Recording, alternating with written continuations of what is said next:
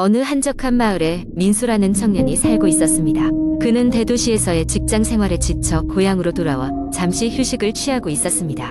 고향은 산과 강이 어우러진 아름답고 조용한 곳이었지만 주변에는 사람들이 꺼리는 오래된 폐가가 하나 있었습니다. 그곳에 얽힌 소문은 수십 가지가 넘었지만 대개는 귀신이나 언혼에 대한 이야기였습니다. 어느 날 민수는 어릴 적 친구들과 모이게 되었습니다.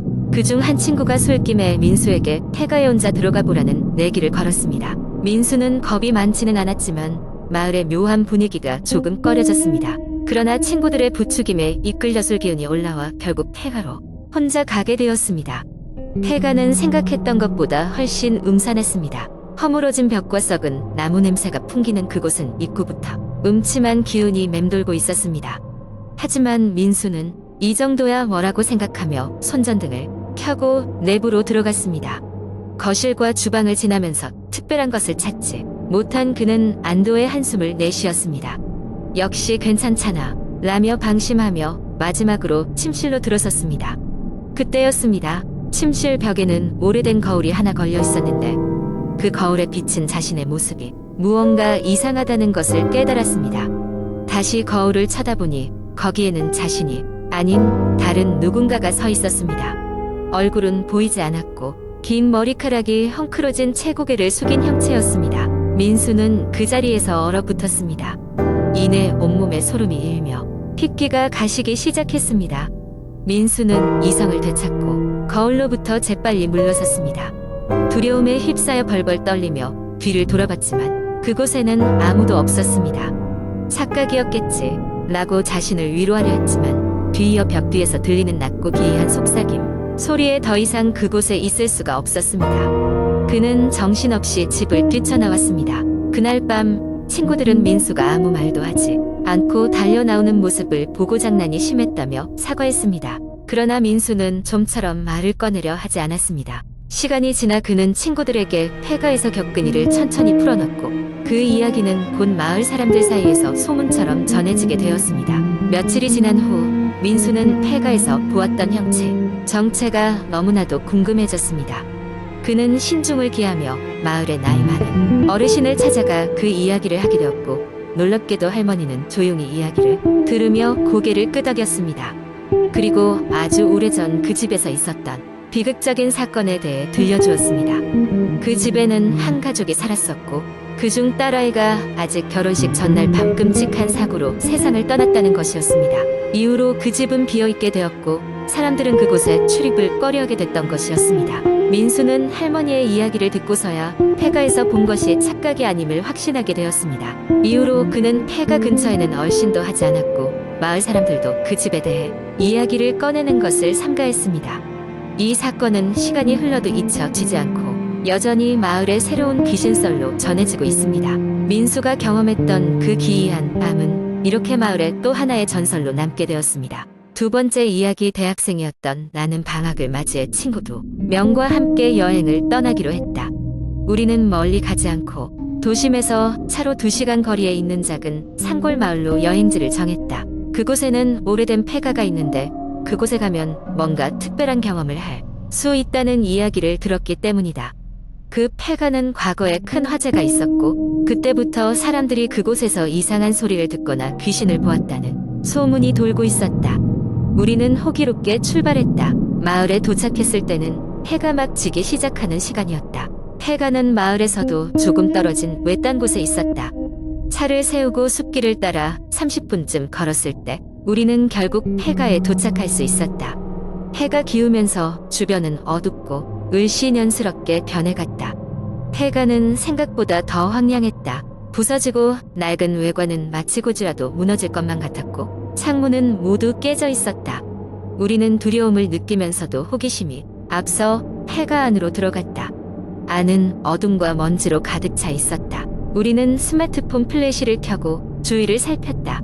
갑자기 한 친구가 여기 누군가 살고 있었던 것 같아라며 손전등으로 낡은 사진 몇 장과 오래된 신문 조각을 비추었다. 사진은 그 집에 살고 있었을 것으로 보이는 가족의 모습이었지만 그들의 얼굴은 시간이 흐르면서 거의 알아볼 수 없게 변해 있었다. 그때였다. 갑자기 집안에서 콩 하는 소리가 들렸다. 우리는 깜짝 놀라 그 소리가 난 방향으로 플래시를 돌렸다.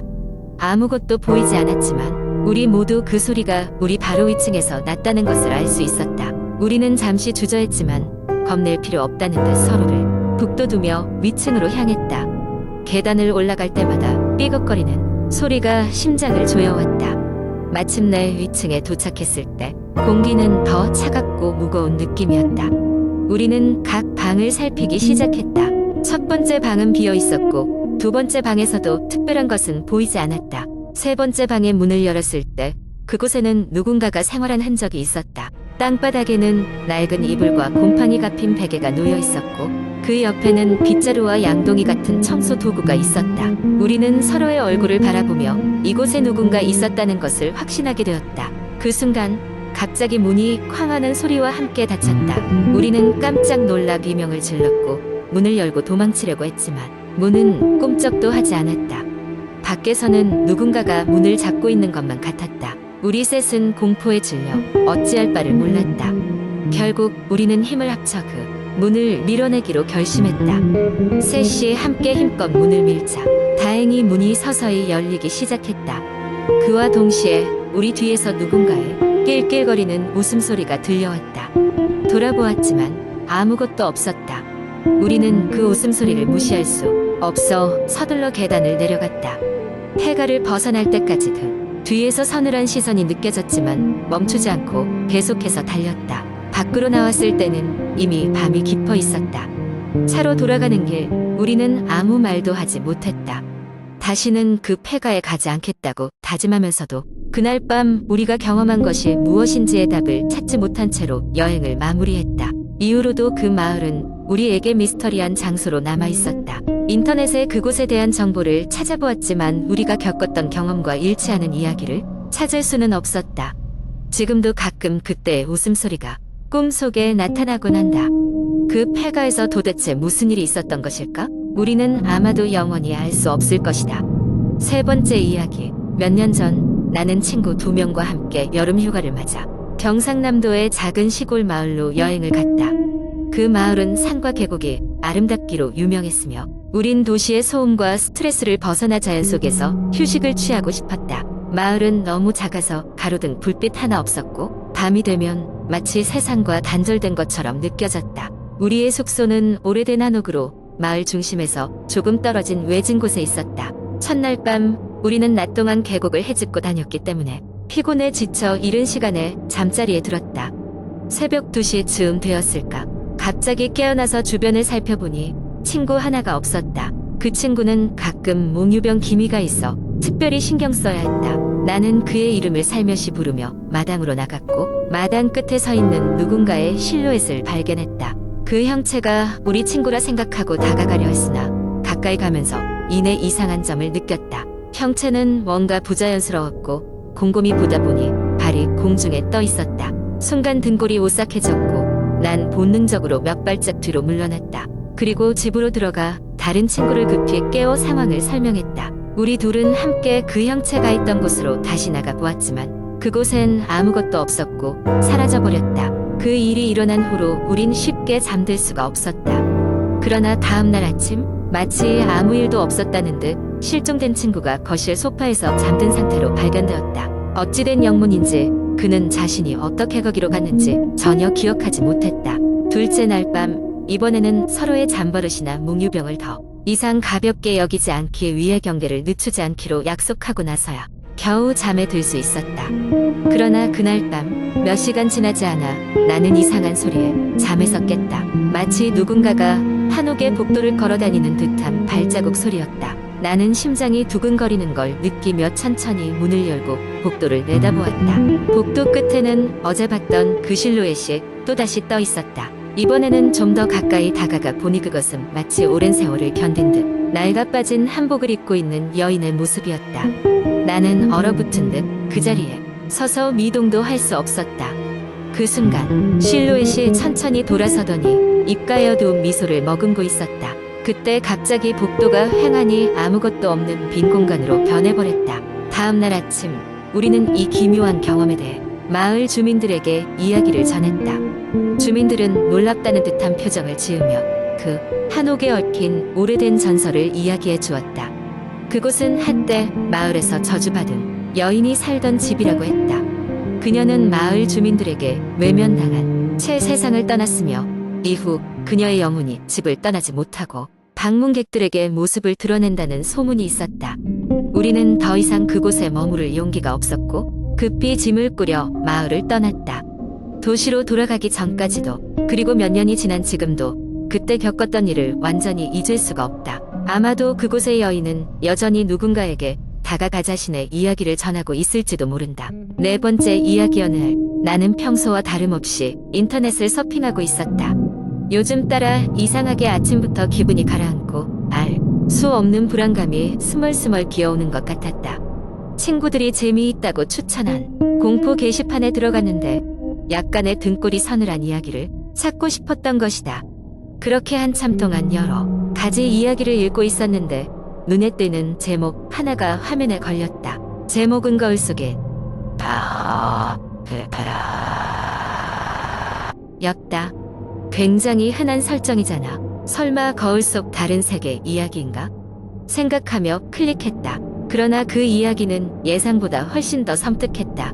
어떤 젊은 여자가 주인공인 이야기로 그녀는 이사한 집에서 이상한 일을 겪기 시작했다. 외출 후 집에 돌아오면 세팅해놓은 화분의 위치가 미묘하게 바뀌어 있거나 자고 일어났을 때 침대 머리맡에 둔 인형의 방향이 달라져 있었다. 처음에는 집주인이나 청소부가 건드린 거시겠거니 하며 넘겼지만 그 빈도와 강도가 점점 심해졌다. 어느 날 밤 여자는 거울 뒤에서 들려오는 낯선 소리를 듣게 되었다. 속삭이는 소리 같기도 했고 나지막한 울음소리 같기도 했다. 그녀는 거울 앞으로 다가가 귀를 기울였다. 시간이 흐를수록 그 소리는 더욱 또렷해져 갔다. 귀가 얼얼할 정도로 무서워진 그녀는 거울을 덮어버렸다. 하지만 그날 밤 이후로 계속해서 꿈속에서 거울 속 자신의 얼굴이 뒤틀린 채 웃고 있는 모습을 반복해서 보게 되었다. 그 상황에서 벗어나고자 그녀는 매일 아침 출근길에 무작정 다른 길로 걸어다녔다. 그러던 어느 날 우연히 한 노파를 만나게 되었다. 노파는 그녀를 한번 쓱 보더니 눈에 띄게 놀란 얼굴로 이렇게 말했다. 거울 속에 있는 것을 두려워하거라. 그것은 너의 가장 깊은 두려움을 먹고 자란단다. 순간 그녀는 등골이 오싹해졌다. 그 노파는 아무 설명 없이 어디론가 사라져버렸다. 그날 밤 결국 그녀는 더 이상 견딜 수 없었다. 두려움에 질려 잠에서 깨어난 그녀는 결심했다. 그 거울을 돌려주거나 적어도 더 이상 자신의 눈에 띄지 않게 해야 한다고. 그래서 거실 한 구석에 두었던 거울을 들고는 집 안창고에 처박아 두었다. 하지만 다음 날 아침 그녀는 잠에서 깨 거실을 어슬렁거리다가 깜짝 놀랐다. 덮어둔 거울이 침대 발치에 다시 놓여 있었기 때문이다. 이쯤 되자 정말 정신이 나갈 것만 같았다. 다시 한번 거울을 덮고 이번에는 아예 주변을 천으로 감싼 후 고정시켰다. 하지만 다음 날 아침 그것은 한치의 오차도 없이 그녀의 방 중앙에 위치해 있었다. 인간의 이성으로 설명할 수 없는 그 현상에 마음이 무너질 것만 같았지만 그녀는 여러 가지 방법을 사용해 자신이 겪고 있는 이상한 일을 막으려 했다. 그러나 그럴수록 그녀는 계속해서 그 거울에 대한 두려움 속으로 끌려 들어갔다. 거울 앞에서 주저앉아 흐느끼던 그녀는 마지막으로 무언가 결심한 듯 자리에서 일어났다. 마지막 장에는 거울 속에 잡혀 있다는 한 줄의 문구와 함께 그녀의 고통스러운 모습이 담겨 있었다고 한다. 그 글을 읽던 나는 등골이 오싹해져 얼른 창을 닫았다. 문득 집에 있는 내 거울이 걱정되기 시작했다. 마치 글 속의 그녀처럼 말이다.